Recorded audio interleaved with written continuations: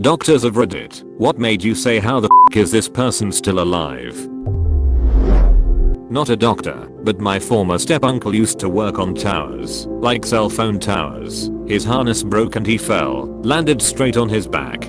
Doctors said he was lucky to make it to the hospital alive and wouldn't live. 6 months later he's walking and talking again. He just has short-term memory issues and his speech is slowed down. But he can still function and be a dad.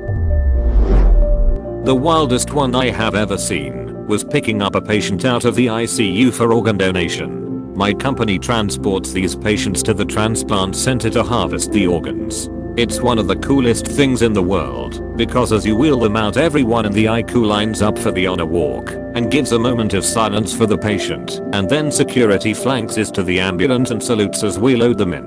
Well, the patient has to be kept alive for the organs to be viable. This particular patient had a herniated brainstem with a blood pressure of 295/135 and a pulse in the 40s. Obviously unconscious and not survivable, but normally they are intubated and on a vent to keep them alive. We put this patient on CPAP, and it was more than enough to keep her breathing and alive. How she had survived that long is a mystery to me, but the fact she had, and then had been able to donate everything except her heart and lungs due to age, was incredible to me. To everyone reading this, make sure you are an organ donor and your family knows your wishes. Your donation will save several lives. So, when you take them away to have their organs harvested, they are still alive. Not a doctor, but an uncle fell from a 3rd floor after doing some stupid shit, and doctors were amazed as to how his bones didn't pierce his stomach since he fell on his feet. He fell from a 3rd floor and survived. Did his legs break?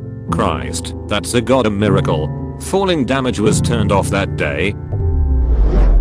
When I was at high school in the 90s, some kid took 24 pills of Dramamine, original formula, when you didn't need ID to buy them, because it gave you an LSD type high. Thankfully this guy's friend took him to the school nurse. As soon as he told him what he did, the school nurse called the fire station, number 911 in the town at the time, for an ambulance, and their first question was, do you have a time of death?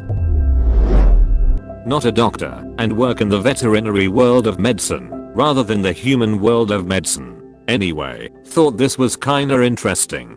Dog gets hit by a car and by some miracle is uninjured, so the owners and dog go on with their lives for the next month or so until the dog is due for his yearly exam and vaccines. Doctor enters the room, takes a look at the dog, and is like, what happened?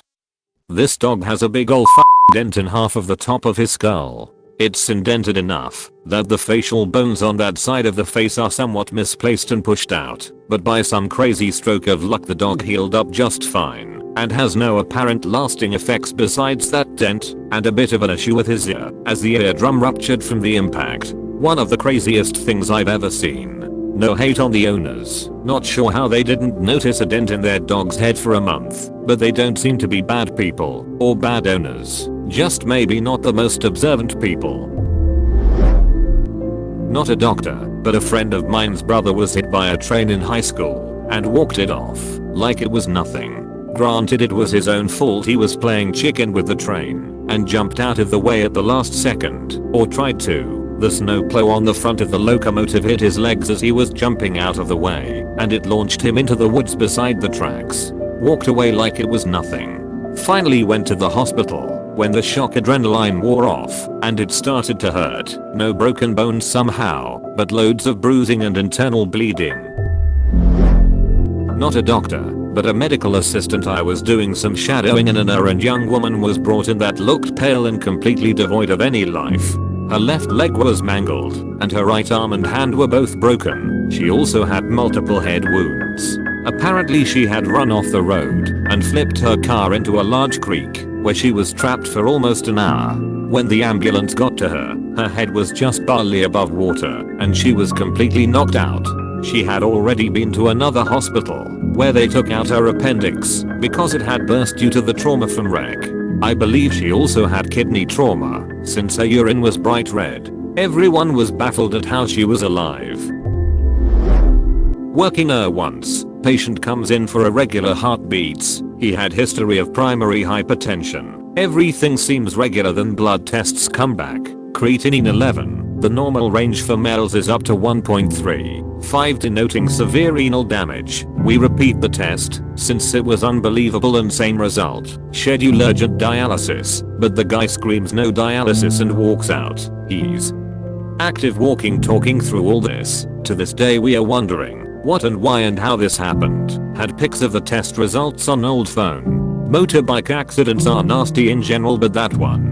Gore warning, he didn't wear a helmet, tried to streak through two cars, got bumped, and ragdolled between both of them. His face was worse than Deadpool, like a pizza with little tufts of cheese for whatever skin remained. He had multiple skull fractures, and was holding his own left eyeball. Still remember that image. The EMTs didn't try to remove it for fear of damaging anything. Also still conscious though couldn't see anything as other eye was trapped under the pizza folds. Edit. Medical jargon on 1. Working once. Patient comes in for palpitations. He had H/O of 1 Ry-HTN. Everything seems regular, then blood tests come back. Crete 11. Can someone please translate this for the 90% of Reddit-ors who aren't in the medical field? Sorry, palpitations are just the sensation of your heartbeats. H/O is history. 1 Ry-HTN is primary hypertension. Crete .9 is an indicator of kidney problems. Its normal average is quite narrow. 0.7 to 1.3. 5 is almost lethal. 11 on a walking talking active person was a shocker. Myself. I'm 18 years old and had 5 severe accidents in the past 6 years. 2 on my motorcycle, 2 while skiing, and 1 on my bicycle. And I've been flown to hospital in a helicopter 3 times. Somehow I managed to never break a bone except for my skull. A guy came into the ER after episode of cardiac arrest, in which the girlfriend performed CPR on him and kept him alive for about half an hour before emergency services took over. Not a doctor, but in training. Learned about a Navy SEAL in Vietnam who sustained something like 75 gunshot wounds in one sitting, while carrying every other member of his team, all of whom were incapacitated by gunshot wounds, to a helo one at a time, and lived. Apparently his doc said his abdominal cavity was shot up beyond recognition hamburger, and had no idea how or why he lived. Also supposedly one cop got shot one time in the arm in the Hollywood bank robbery back in the 90s, which were wild as fuck in California. Told his dispatcher he was going to die, then proceeded to do just that. Apparently mentality is everything.